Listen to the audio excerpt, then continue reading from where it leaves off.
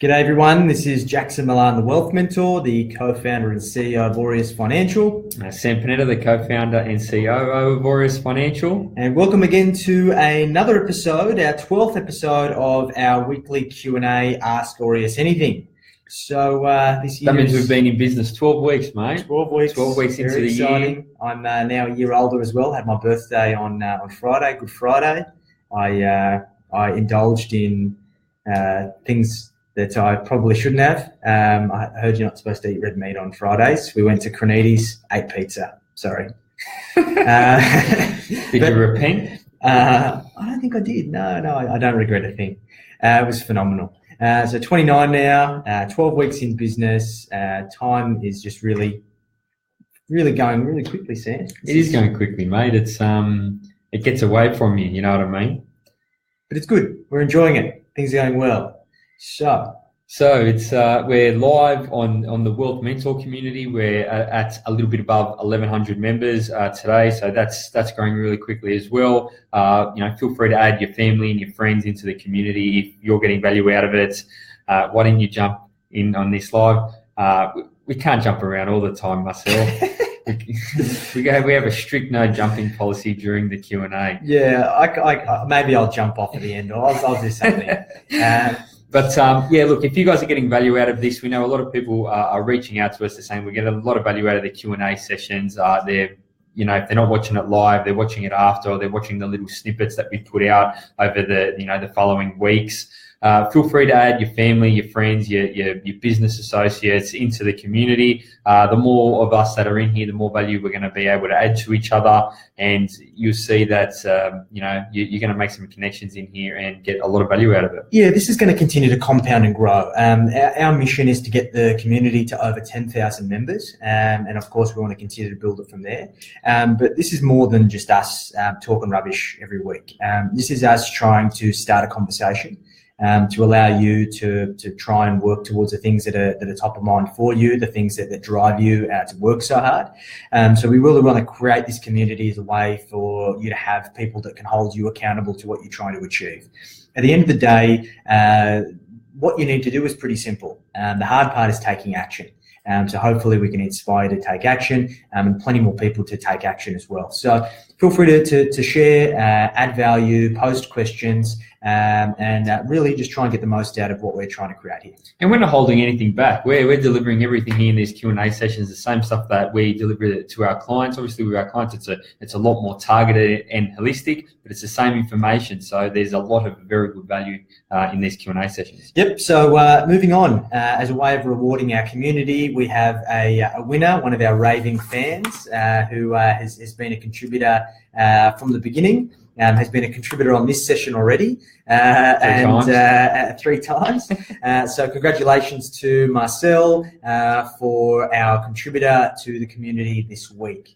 Marcel, we're going to also be giving you access to our Wealth 101 Academy, which is due to launch in a couple of weeks.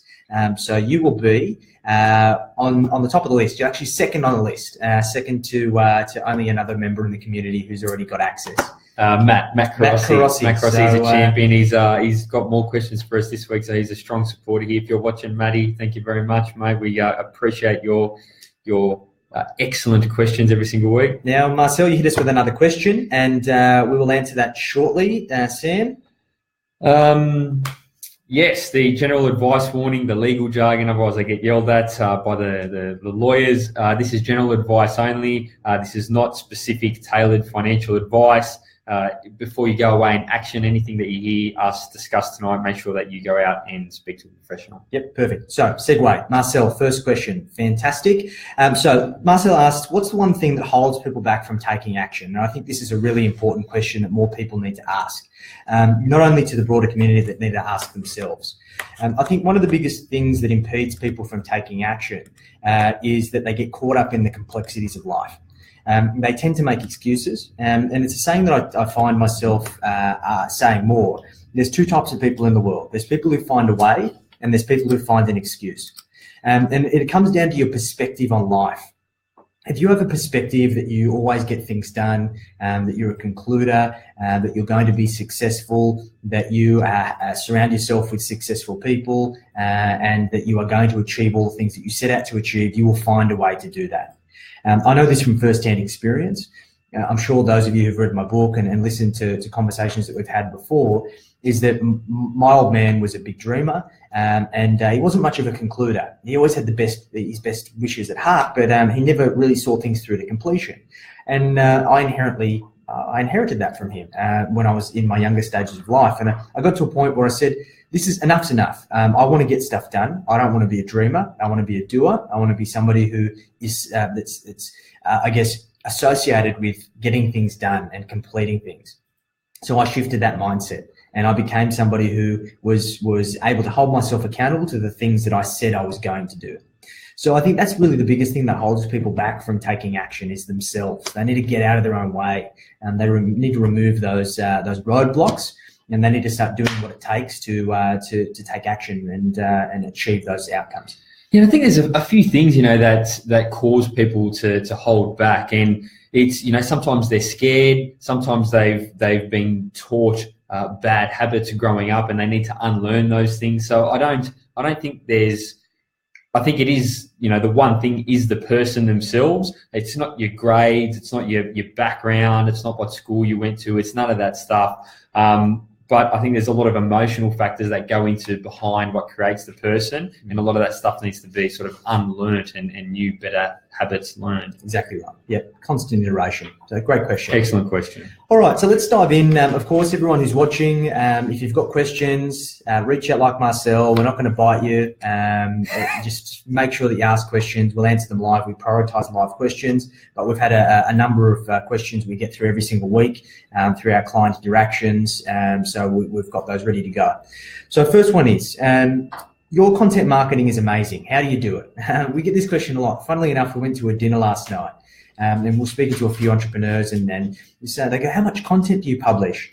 We go, 4 pieces of content. They go, a month? That's pretty good. No, 4 pieces of content a day. Unique content. Unique content. I don't think we've ever posted the same thing twice. How do we do it? Well, there's a methodology. So we started small. We come up with an idea around what type of content we wanted to get out. We wanted to be educators. We wanted to help people think about the tough questions and the things that have probably been I guess, holding them back for a long time. So we kind of worked out, well, what are all of the gold pieces of intellectual property that we've developed over the years, or the pain points that we've helped alleviate in the lives of our customers. And we said, okay, well, how can we facilitate that and communicate it? So the first 2 initiatives were the podcast. We launched the podcast really officially before we started business. We did our first podcast in December. Yes, we did. Yep. We had a couple of weeks before Christmas. Yeah, and then we done a couple guest ones, yep. And then we had our one first thing in the new year. So that was the first thing. And we've got to be mindful that an hour piece of content, not everyone's going to consume it. And I'm the first one to say, right now, there's not many people who sit through our entire podcast from start to finish. Back on that previous point, why people don't take action. People are time poor. They don't have the time to sit there and listen to an hour podcast. I know I don't. So we said, okay, well, how do we break down all of this content, all this great stuff that we talk about into easy to consume content? So out of one podcast, we might get 20, 30 pieces of content. And then further to that, we've got our Q&A, which is in a great format because we can break it down into each question and each answer. So if you want to get to the nuts and bolts of a certain thing that's troubling you at the moment, you can get it straight away. And then further to that, we've continued to add additional content like My Words from the Wise segment, which is more of a vlog format, and other things that when I'm bashing the crap out of Afterpay or something like that, or jumping off the desk here, or burying myself in books, just stupid stuff like that. So we try and mix it up. The key here, you need to have a content strategy.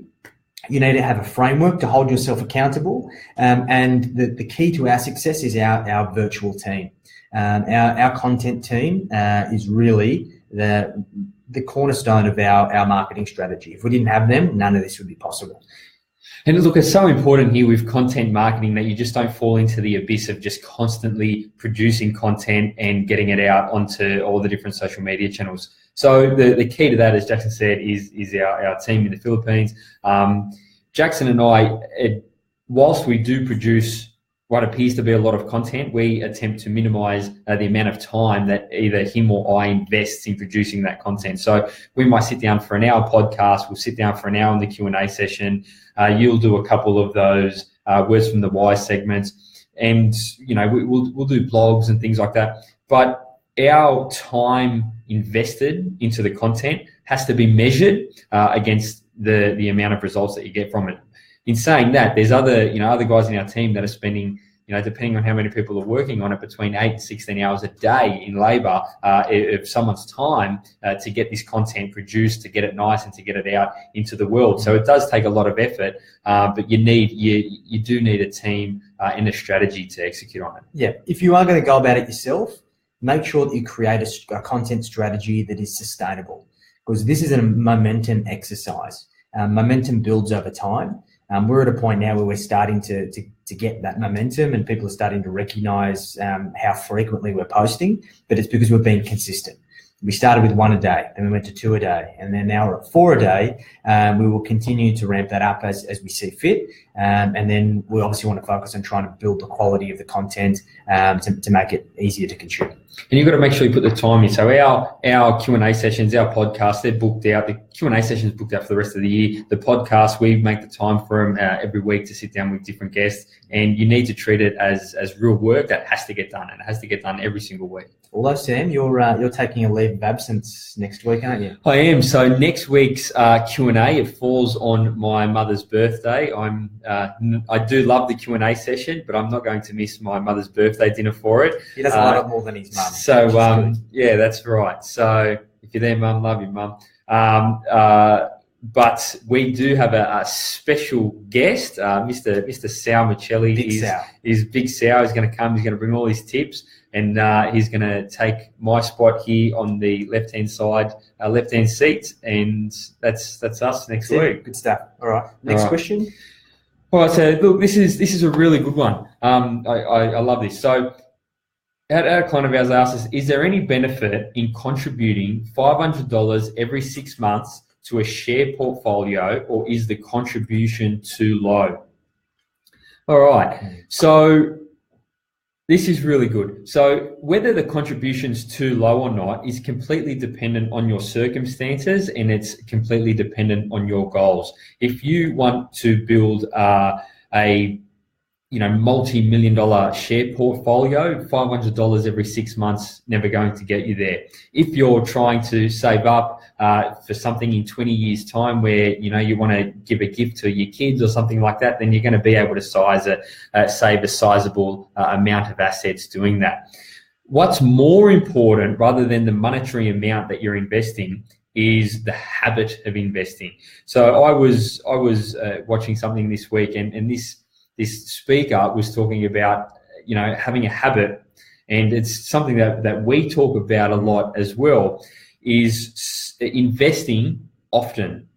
I would prefer to see this particular client, instead of investing $500 every 6 months, I'd prefer him do $100 every month. I know it's $600, it's a little bit extra, but being in the habit of saving a little bit of money every single month, and that primes you for something really powerful. Now, Jackson's going to tell you a story about a client of ours who started at $50 a month, and you tell him what he's doing now. Yeah, so I had a client that was self-employed, had built quite a good business, but wasn't really committing money to savings, and had a bit of money in cash in the bank.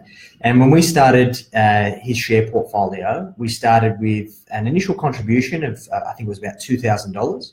And then we started with $200 a month. So it was $50 a week, basically. And then what we did is we had a review strategy following my methodology, which I follow for our clients, called paying yourself first. And it's about living to the means that you provide yourself with, and holding yourself accountable to saving consistently. So every 3 months, we increased the contribution, assuming that it wasn't going to cause too much stress. And typically what we find is that we get to a point where we do increase it. It is a little bit kind of annoying, given that you've got to adjust. But then you get used to it. It's like the opposite typically occurs for most people. You start as an employee, you start on a certain wage, then you get a pay rise after a year, then you go and get a promotion, then you go to a new job, and constantly your income's increasing, but your lifestyle's increasing accordingly. So we want to apply that same methodology to your ability to invest. Now today, after going through that exercise with multiple iterations, he's contributing about actually it was $2,500. We're now at a point of contributing $4,000 a month to the investment portfolio, $1,000 a week, starting from 50. Now, of course, as a business owner, he's got the means to be able to do it, but he only created the means because he now has a purpose. His purpose is to build wealth to allow him to achieve his financial goals. So start small, and every 3 months, look to increase it, even if it's by $10, $50, $100. And if you continue to do that for long enough and allow compounding to work its magic, it will be a great outcome. We used an analogy before on a couple of Q&As ago, and it's something that we used in our course in the Wealth 101 Academy. Now, the analogy was the share market on average has returned over 10% per annum, about 10.5% per annum since inception. And we know that obviously there's ups and downs, but the idea of this exercise is the effect of compounding. Now, we've got two people. We've got Bob and we've got Bill. Now, Bob starts investing at age 18, and he's putting $300 a month into the share market every single month. And he contributes from when he's 18 until he turns 27 years old and stops contributing, okay? Now, his friend, Bill, starts contributing at 27, so he starts later, but he keeps contributing $300 a month all the way until he turns 65. Assuming they're both investing in the share market with the same return, who do you think has the most money? Now, logic says that Bill would have the most money because he's been contributing for the longest period of time. But unfortunately, it's not the case. Bob, because he started earlier and allowed compounding to work its magic, he ended up with about 1.8 million, a little bit over actually. And his friend only ended up with about 1.65. Still a phenomenal outcome, but it's still drastically different. Now, when we look at a percentage return on investment, Bob got in the vicinity of about a 6,000% return on investment, which is astronomical. And his friend, I think, just got shy of 2,000% return on investment, which is still fantastic, but in contrast, it's not. Now, let's put this on steroids. Bob continues to contribute just that $300 a month from 27, so from 19, but he doesn't stop at 27. He keeps going to 65. When he gets to 65, he would have in excess of $3.5 million in net worth. That's how compounding works. So get money into the market, leave it there, and allow compounding to work its magic. Yeah, so mate, the key takeaways from that, doesn't matter the amount, it matters about the consistency and getting started. So the sooner you can get started and start getting money into the market, even if it's the small amount, and the longer you can keep it consistent for, the better you're going to do out of it. So start off with that $500 to $100 a week or something like that. See how that affects the household cash flow, and then next month, if you reckon you can do more, pump it up. Go to 120, go to 150, and see how hard you can go. The sooner the better. Don't waste your money. You buy a house. All the houses. All right. A question I got today. My business has inconsistent cash flow. What can I do to fix this? And this is typically a problem that plagues service businesses. Typically ones that are working in consulting or trading time for money, particularly in a transactional nature. And when it comes to that type of business, it's about understanding a couple of things. In business, our ability to achieve our goals depends on our understanding of what's happened already. So we need to understand, particularly if you're in a business where there is an uncharted territory, it's a new idea, it's untested, there's no real tried and true business model to follow, you're working it out as you go. So what you need to do is you need to understand, based on the reality of your situation month to month, what can you do to be able to utilize that to be able to create the life or the business that you want for yourself. So let's say, for argument's sake, you're in a service business and your clients are coming to you ad hoc, and each time they come to you, it might be $5,000 of revenue, but a customer might only come back every 6 months.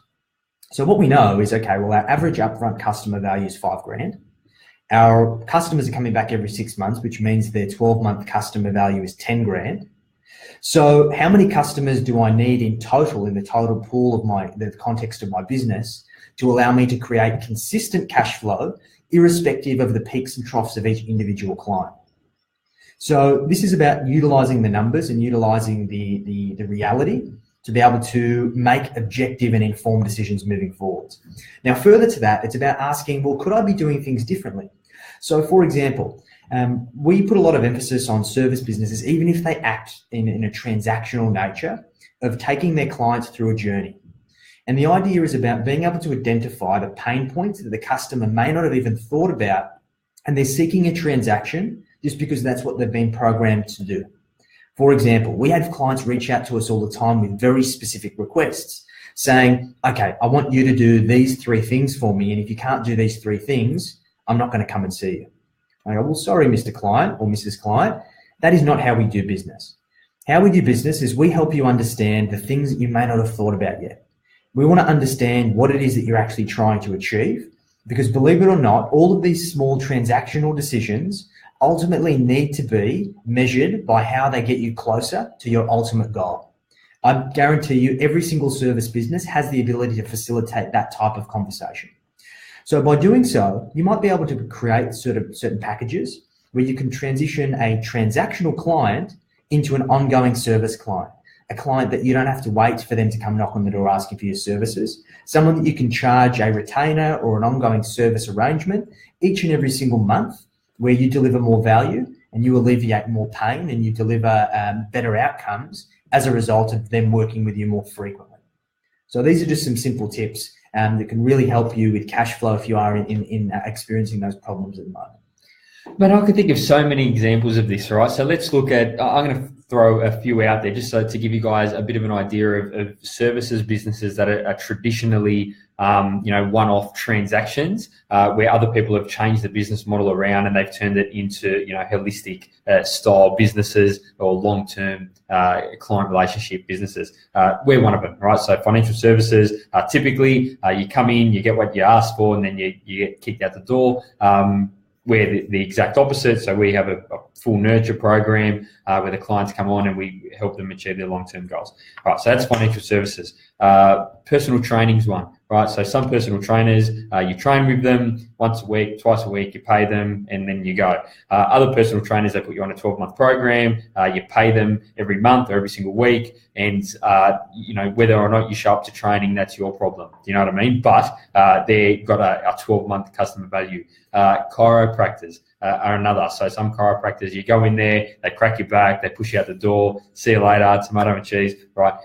There's other chiropractors that say, well, why don't you come in once a month, we'll do your 12 programs, we'll give you a 30% discount or whatever it is, because they understand the value of getting paid up front for the next 12 months. And then, if you use those quicker, then you buy some more. But these are all things that they're turning one-off services into packages. And I'm sure there's 100 more examples for anyone who wants to look into it more. Correct.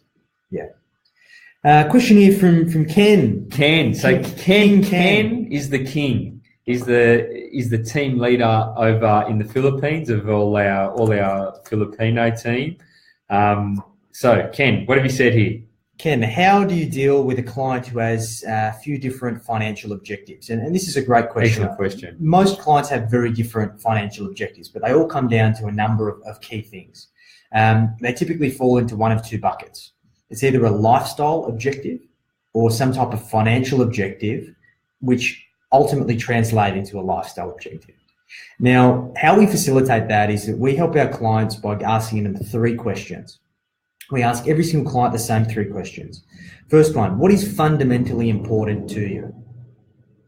Now, the second question, assuming that your fundamental needs have been met, what are your goals, dreams, and aspirations? And the third question, what is the significance of those goals, dreams, and aspirations to you? Now, for most people, or really for all people, our goals and objectives fall into a number of segments, and they all tie into what's called Maslow's hierarchy of needs. It's about being able to have safety and security, and obviously having a roof over our head, food on the table, being able to provide, being able to achieve esteem needs, of being able to achieve those ego things, the things we're chasing, the aspirational goals, and then ultimately progressing to a point of self-actualization where we can give back to others, whether it be our family, our community, things that we're interested in. So because there is a finite amount of categories, all of them require a couple of things: a timeline and an amount that we need in order to bring them to fruition. So all of them ultimately come back to a framework, a methodology, a roadmap that we need to follow to make all those things happen.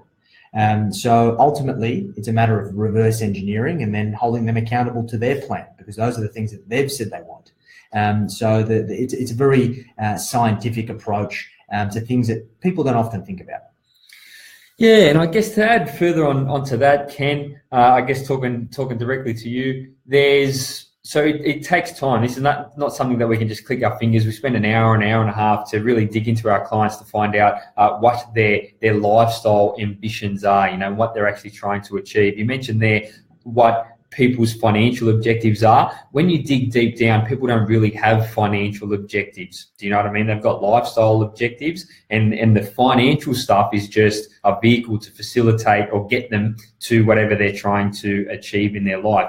And most people have multiple lifestyle goals that they're trying to achieve all at one time.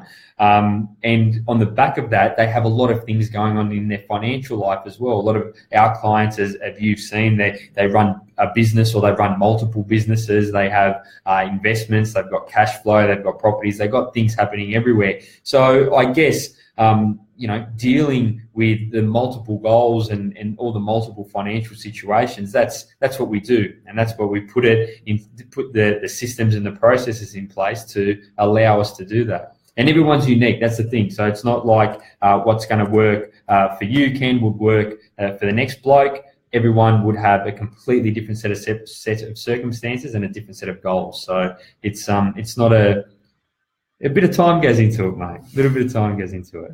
Fantastic. All right. So here's another excellent question, and it's a very educated question, right? So someone who asks this knows what's going on and understands money on a pretty good level. So they've asked, should I allocate my regular savings towards a share portfolio, or should I keep this cash in an offset account? And there's a few different things with this, right? So there's the monetary return of having cash in an offset account or in the share market, and then there's the lifestyle and the goals of what are you actually trying to achieve by having the money in an offset account or by having the money in a share portfolio. So your regular savings, right? And this is typically how we do things here. Everyone should have a buffer. So they should have an amount of cash that they have on hand at all times that they feel comfortable with in case there was an emergency or something like that. They know they've got that money there. Some people it's $5,000, some it's 10, some it's 20, some it's 50, right? Depending on their lifestyle and depending how much money they earn and how much security they want. Essentially, once you've got that amount sitting there and you're not saving cash for any short or medium term goal, then excess cash flow should really be allocated to investments. Do you know what I mean? Something that's going to grow in value over the time. And to put a more of a scientific approach on it, your offset account, let's say your interest rate's 3.5%. You're essentially getting a 3.5% yield on your money, right? You're getting a saving of 3.5% or 4%, whatever it is. However, if you had a good share portfolio, a good mix of managed funds, then you could probably expect a yield higher than that. Plus, over time, you should expect growth as well. And that's the one thing that you're not going to get out of an offset account. You're not going to get any growth. So you're going to get a bit of a return on your money, but that's it. Your money's not going to increase over time. So yeah, that's the long and short of it. Have the minimum that you need in cash to feel safe. If you're not saving towards a short or medium term goal that requires a cash commitment, I'd allocate the excess towards growth assets. Yeah, and there is another factor at play here. And the thing we need to clarify is your offset account offsetting good debt or bad debt? Because if it is an offset against your home, it is classified as bad debt. And what we mean by that is that, yes, your interest rate might be 3.5% or 4%, but you have to earn money, pay tax, to then pay the bank their 4%. So depending on your marginal tax rate, you need to work out how much you have to earn gross as a percentage in order to pay the bank their 4%. So if you're on a low marginal tax bracket, then that differential is quite small. And your measure of performance, any opportunity that you look to invest in, needs to be compared against that gross rate of return, because we need to look at an interest earned compared exactly to an interest paid. And so, for example, let's say your interest rate is 4% and your marginal tax rate is, let's say, average 30%. So the amount we have to earn is now closer to about 6.5% or 7%. So we need to measure, can we invest somewhere and earn more than 7%? And are we comfortable with the level of risk we're taking to make it? Because you've got to be mindful, keeping money in your offset account is a risk-free return. Now, once we've measured that, and back to my previous point, share markets on average have returned around 10% per annum. So our measure of success is actually a 3% differential, keeping in mind that also in Australia, when we have income paid to us, there's tax already paid. So there's some other factors there to be through considered. shares. Through shares. So we need to be mindful of all of these characteristics, and are we willing to take the risk in order to achieve that excess rate of return? Now, from a behavioural perspective, the reason why banks allow people to have offsets is because it's very, very easy to get access to. Because the banks know that more often than not, the average consumer is going to have temptation, things coming up, direct debits, car registration, holidays. They're going to eat into that offset, and they're ultimately going to take longer to pay back the loan. So you need to ask yourself, are you committed to making sure that you've got money there that's not being touched, so therefore your offset is constantly increasing in value?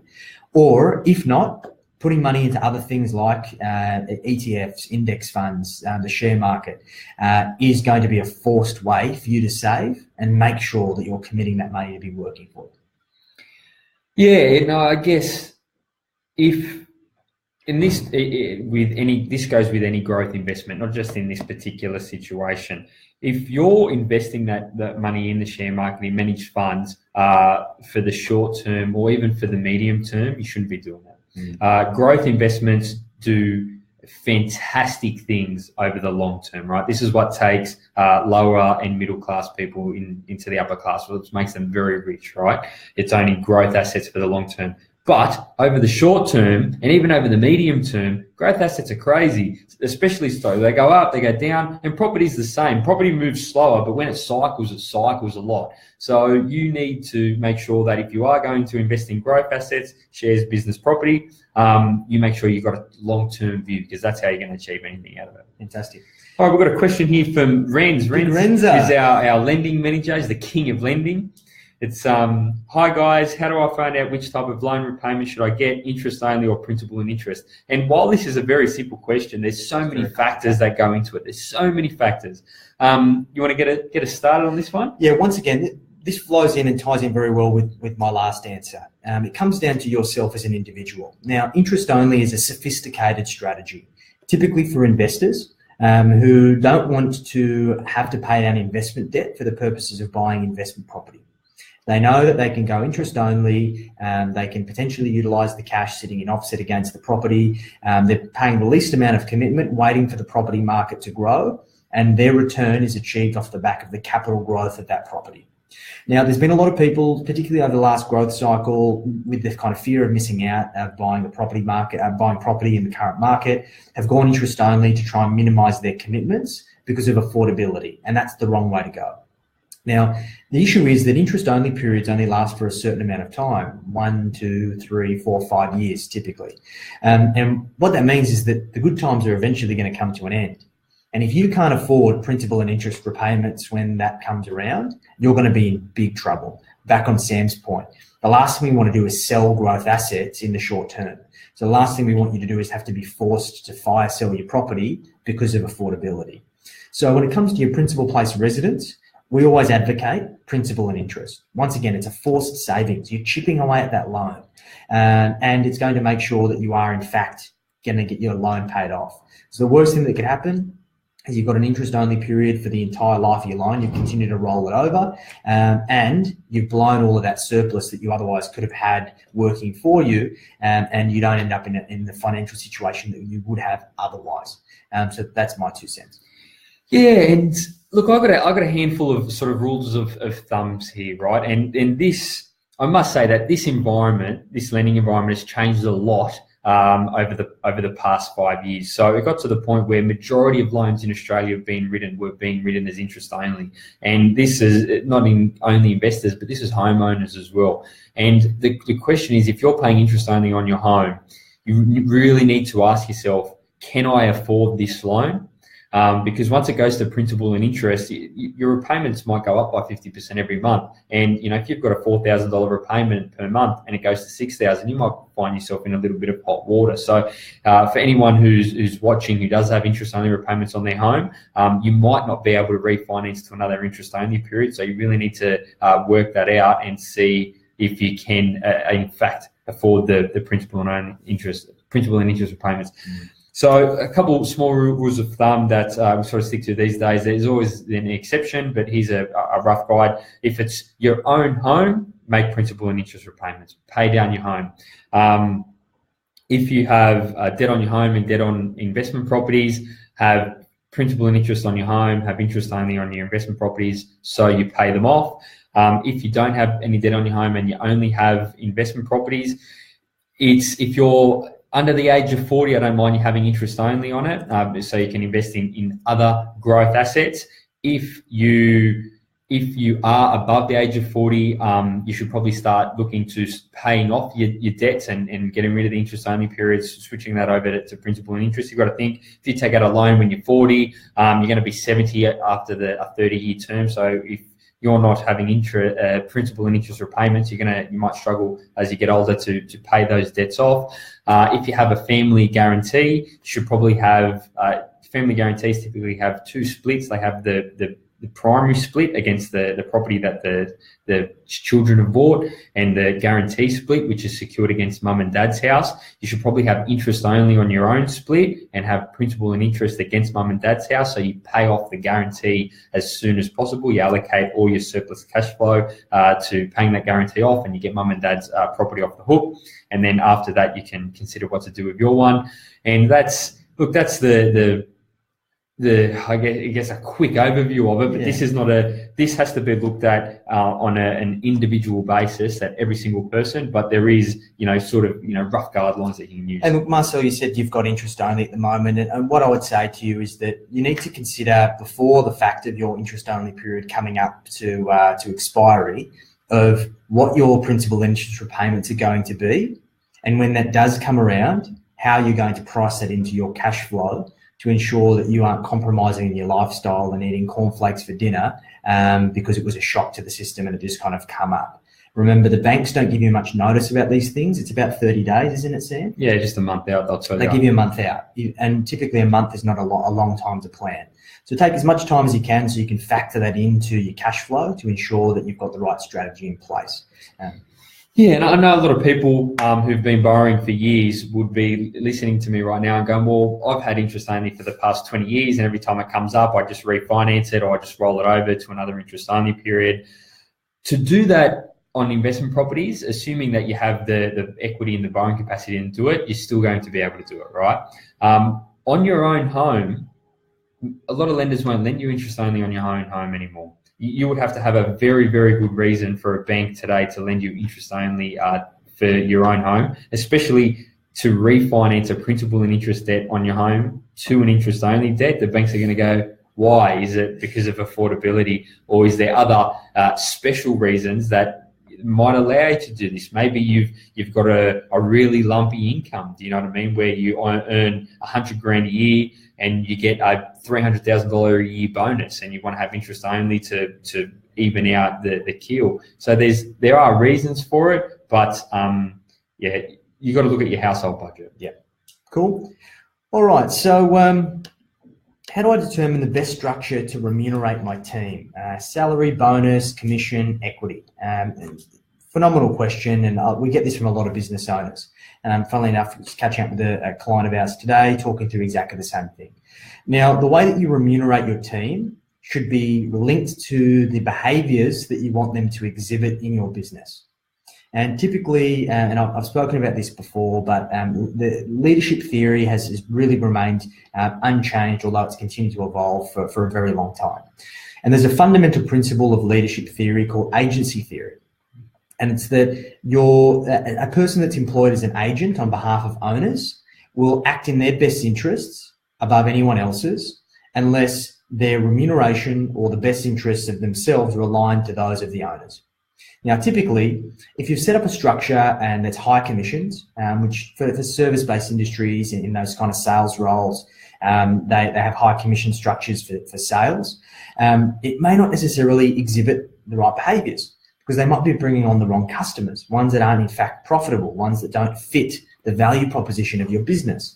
I've heard of this a lot in kind of B2B services where they have a certain core value, but they're bringing on customers for other things by saying, oh yeah, we could do that. And unfortunately, they don't have the resources in the back end to really deliver expert outcomes in those other areas. It's just the salesperson's brought them on to get a commission. So you really need to understand the types of behaviors that you want your staff to exhibit and also understand how they tick as an individual. So what I always advocate, first things first, get all of your staff, including yourself, to do behavioral profiling. And there's a system called eDisc. And eDisc is essentially a behavioral methodology that it's a science. It's really, it's quite scary to tell you the truth. We do it for all of our staff. We do it for ourselves.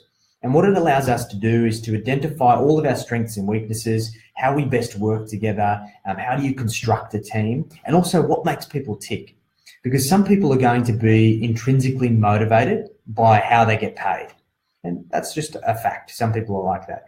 Others are more so incentivized by the outcomes they can achieve for their clients, or the satisfaction they get from being recognized, or being able to help and coach people. So it's about understanding those things so you can tailor your remuneration strategy to those individuals. Now, I say more often than not, the best way as a small business to remunerate your team is based on two things. The quantitative numbers of what money hits the bank. So let's work out a break-even point for your business plus a margin, and anything above that, create a profit share arrangement. So a percentage of that where you can pay certain staff or give them a flat figure for surpassing that number. And then a qualitative number of parameters.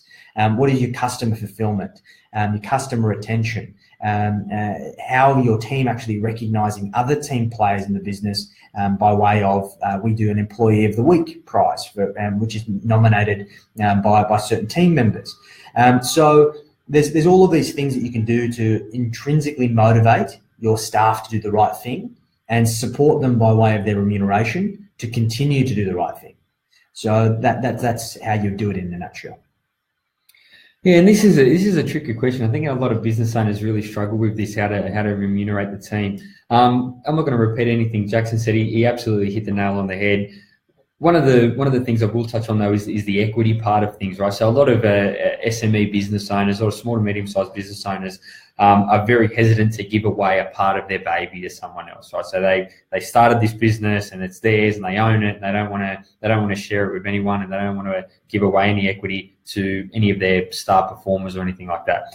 So what happens is you get these really high performers in a business.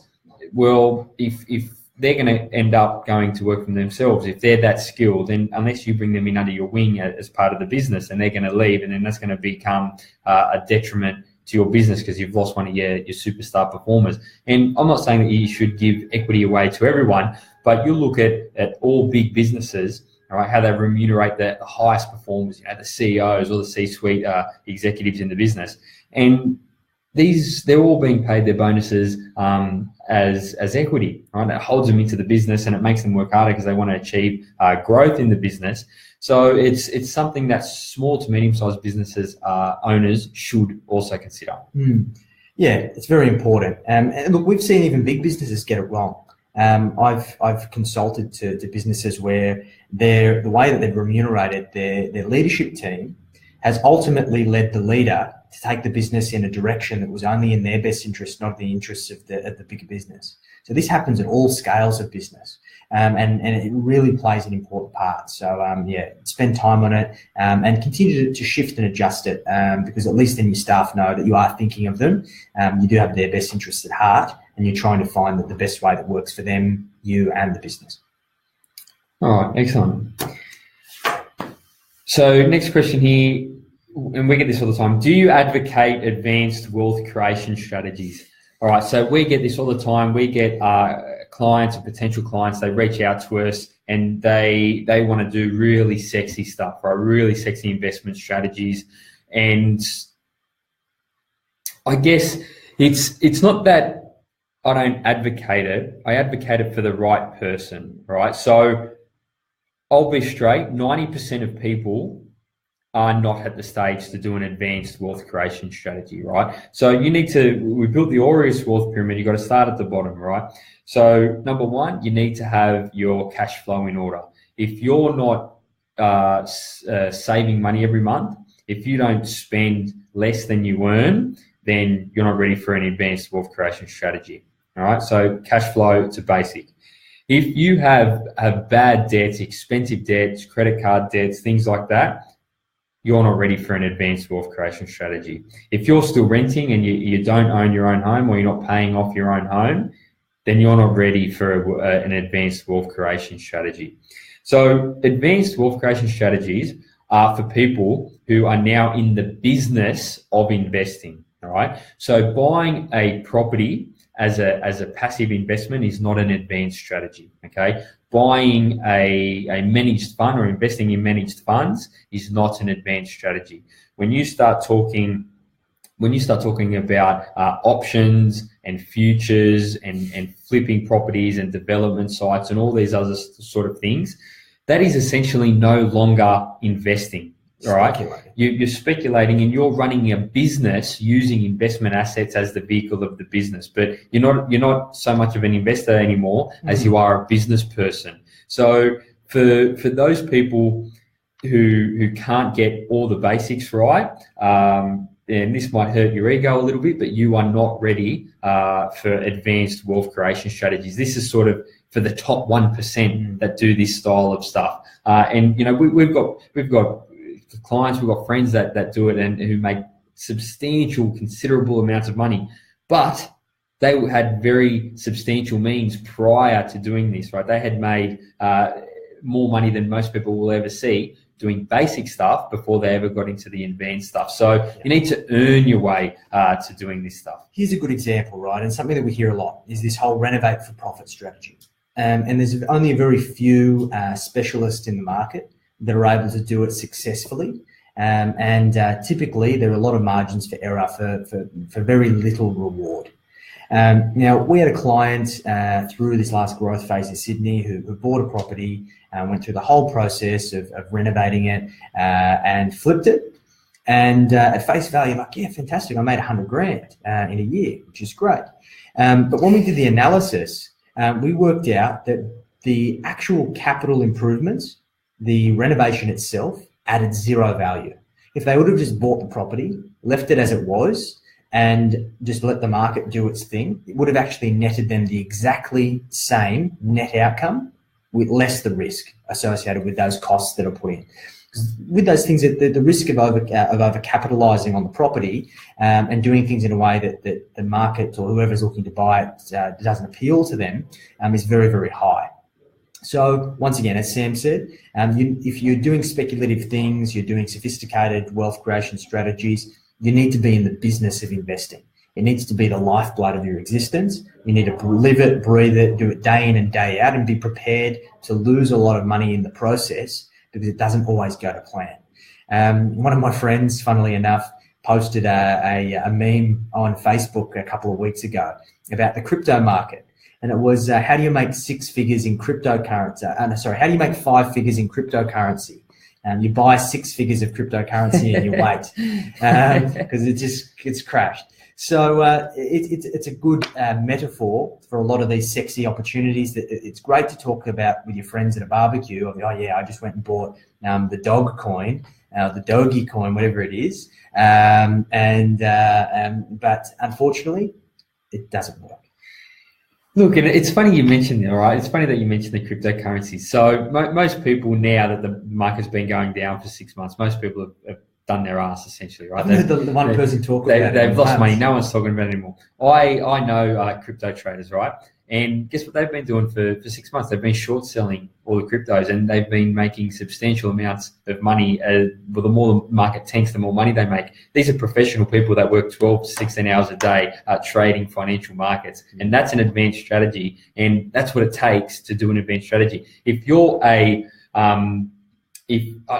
don't know, if you're a mechanic during the day, or you're a landscaper, or you're an accountant, and at night you want to trade forex and you want to flip property options and things like that, you're going to do your ass. It's not going to work. So you have to be in the business of investing if you're going to do this. Don't do it. You buy a house. Buy a house. Stick with the basics.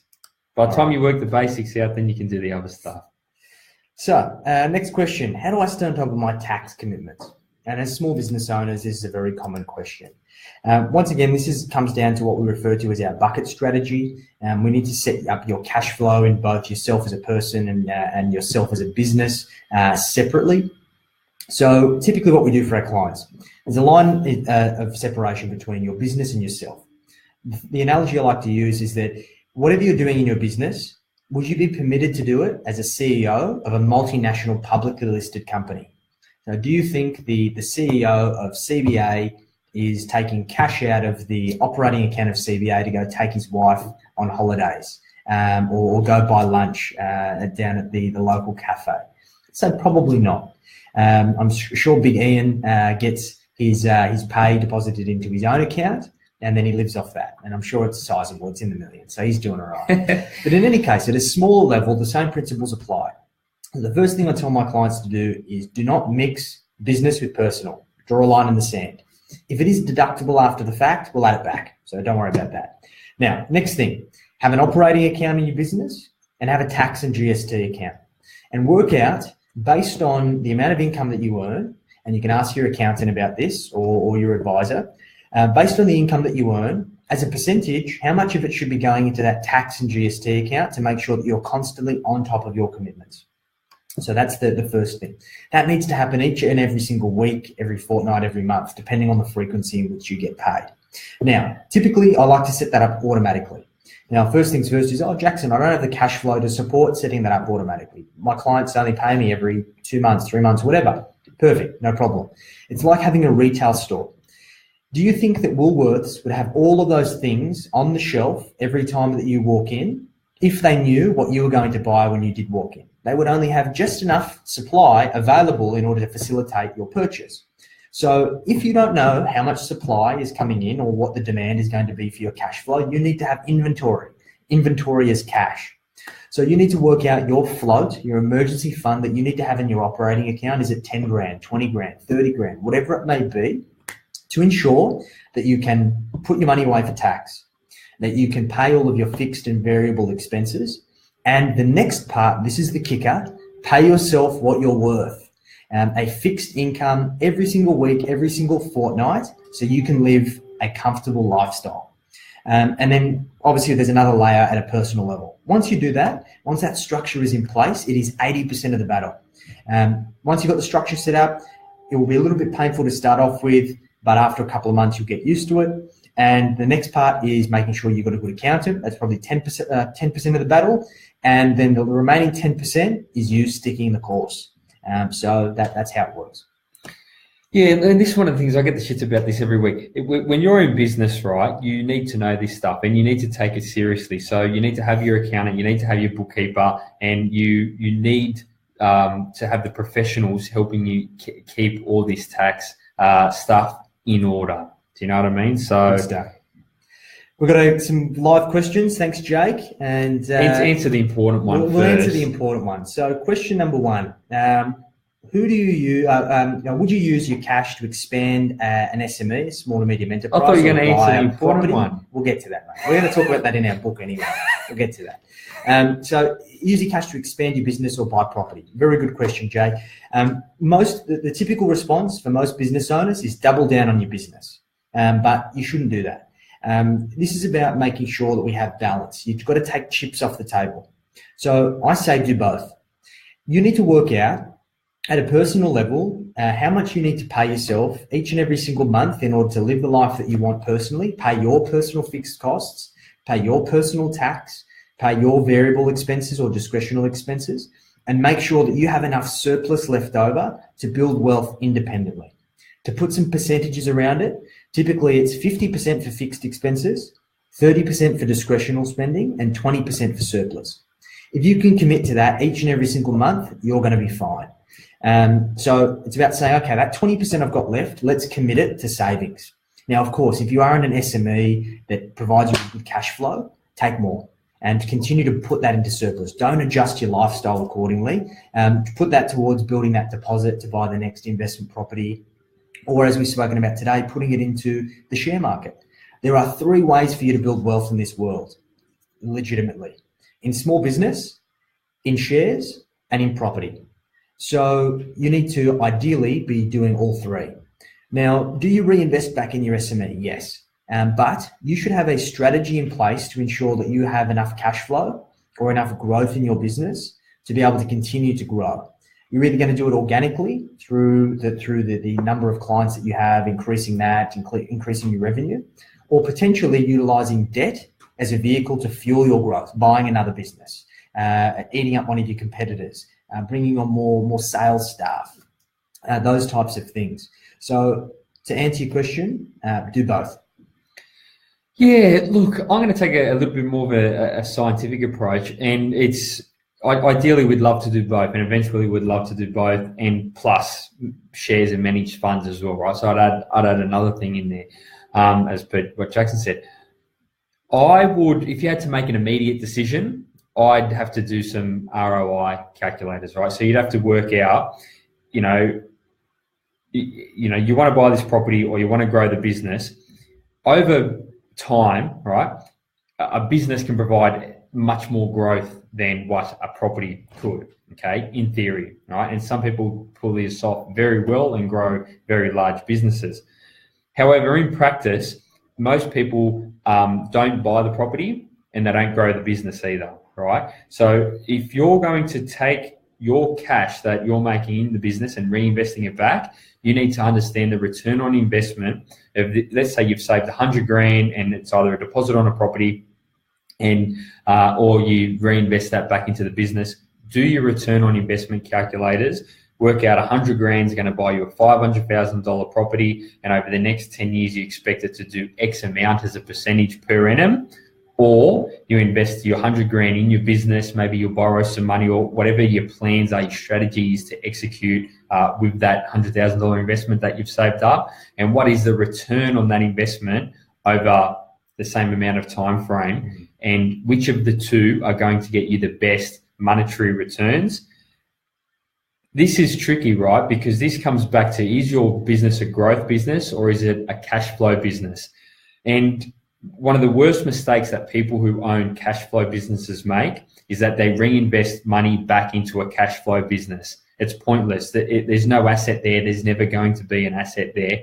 Get that money and invest it in real assets like property, because over time that's going to continue to compound. However, on the flip side, if you're in a growth business and it's a real, actual, true growth business, then money invested in that over time will substantially outperform a passive property investment. So I know that's a long-winded answer, but you need to sit down at DYB Jake with some sunscreen on and a calculator, and you need to punch out some numbers on that one to work out what we should do. And we can help you with that as well, mate. So happy to make some time and walk you through it. You're always welcome here, mate. There's a couple of seats here, so if you ever want to come in and help, we can help you crunch the numbers. We're more than happy to do that for you, mate. Good stuff.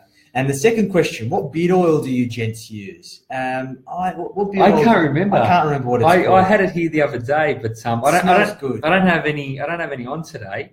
I think it's called like Gents Beard Oil or something, actually. I use something similar. Mine's a beard balm, given that mine's a little bit wilder than most. I've got to keep this thing in check, otherwise it gets a bit crazy. What bid oil do you use, Jake? You got to tell us. You got to tell us. Tell us your bid oil, mate. Thanks. Now, Marcel, where can I find a husband that is a financial guru? Well, Jake's a financial guru, so maybe we'll start a matchmaking service. There you go. There we go. We've got to be careful if Jake's got a girlfriend. I'm not sure if Jake has a girlfriend. You're gonna ruin his universe. Sorry, mate. But we've got to try. We don't know, Marcel. I never had a husband. I don't know where to find a husband that's a financial guru. I don't know. I'm not sure. Ask my wife. Yeah. Ask my wife. Ring her up. She girlfriend might have an issue with that. I thought Jake's she might. Taken, well, don't even ask my wife, because when she met me, I was a spray painter. I wasn't much of a financial guru. She played the long game with Sam. She invested. She invested very wisely. So she's a value investor. She bought you undervalued. She nurtured you through to being full value. Done all right out of it. She's done all right. It's 6:30. We're done. We've still got a half a dozen questions left. I'm sorry, everyone. We're just going to have to keep them on for next week. We're going to keep them till next week. We appreciate everyone's contribution. We had a bit of friendly banter. We nearly did a bit of matchmaking, but maybe we'll have a bit more luck next week. So everyone, thank you for your contributions. Another episode of Ask Aureus Anything, our live Q&A. Of course, if you're watching this after the Q&A finishes, feel free to post up your questions. We will chuck them on the list for next week, and we will catch you same place, same time. Bar Sam, there'll be. I'll be here to introduce Sal next week, and then I'm going. Last week we didn't get through 4 of the questions. This week we didn't get through 6 of them. You can see that we're getting busier and busier every week. Last week was our most watched session. The week before that was our most watched. Prior to that, I'm assuming that tonight is going to be our most watched again. So if you guys do have questions for us, you really need to get it to us as early as possible so we can get it on this list. Or you need to come live. If you're live, you're going to get a bit of a head start. We're going to answer the question live. And get some friendly banter. You're going to get some friendly banter out of it as well. With that being said, I'm going to jump off. See you later. We will see you guys next week. Thank you all very much.